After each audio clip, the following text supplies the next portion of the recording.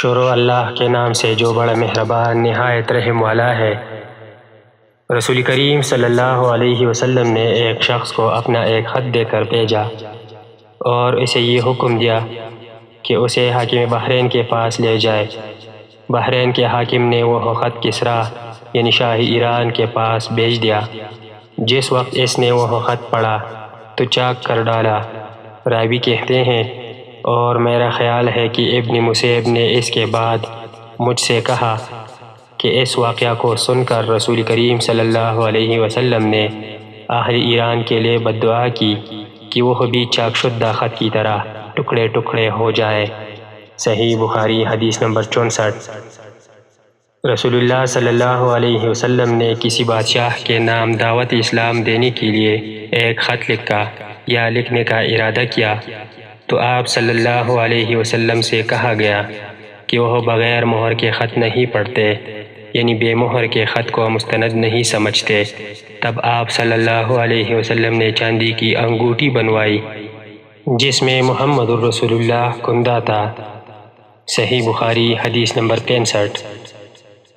ایک مرتبہ رسول کریم صلی اللہ علیہ وسلم مسجد میں تشریف فرماتے اور لوگ آپ صلی اللہ علیہ وسلم کے ارد گرد بیٹھے ہوئے تھے کہ 3 آدمی وہاں آئے۔ ان میں سے 2 رسول اللہ صلی اللہ علیہ وسلم کے سامنے پہنچ گئے اور ایک واپس چلا گیا۔ راوی کہتے ہیں کہ پھر وہ دونوں رسول کریم صلی اللہ علیہ وسلم کے سامنے کھڑے ہو گئے۔ اس کے بعد ان میں سے ایک نے جب مجلس میں ایک جگہ کچھ گنجائش دیکھی تو وہاں بیٹھ گیا اور دوسرا اہل مجلس کے پیچھے بیٹھ گیا اور تیسرا جو تھا وہ لوٹ گیا۔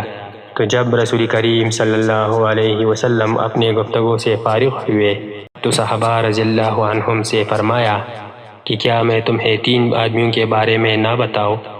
تو سنو، ان میں سے ایک نے اللہ سے پناہ چاہی، اللہ نے اسے پناہ دی، اور دوسرے کو شرم آئی تو اللہ بھی اس سے شرمایا کہ اسے بھی بخش دیا، اور تیسرے شخص نے منہ موڑا تو اللہ نے بھی اس سے منہ موڑ لیا۔ صحیح بخاری حدیث نمبر 66۔ رسول اللہ صلی اللہ علیہ وسلم اپنے اونٹ پر بیٹھے ہوئے تھے اور ایک شخص نے اس کی نکیل تام رکھی تھی۔ آپ صلی اللہ علیہ وسلم نے پوچھا، آج یہ کون سا دن ہے؟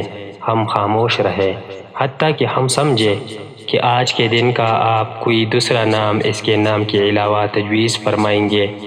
پھر آپ صلی اللہ علیہ وسلم نے فرمایا، کیا آج قربانی کا دن نہیں ہے؟ ہم نے عرض کیا، بے شک۔ اس کے بعد آپ صلی اللہ علیہ وسلم نے فرمایا، یہ کون سا مہینہ ہے؟ ہم اس پر بھی خاموش رہے اور یہی سمجھے کہ اس مہینے کا بھی آپ اس کے نام کے علاوہ کوئی دوسرا نام تجویز فرمائیں گے۔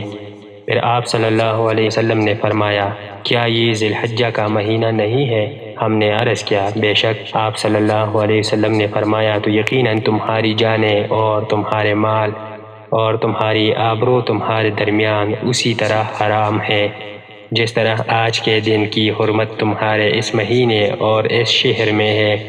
پس جو شخص حاضر ہے اسے چاہیے کہ غائب کو یہ بات پہنچا دے، کیونکہ ایسا ممکن ہے کہ جو شخص یہاں موجود ہے وہ ایسے شخص کو یہ خبر پہنچائے جو اس سے زیادہ حدیث کا یاد رکھنے والا ہو۔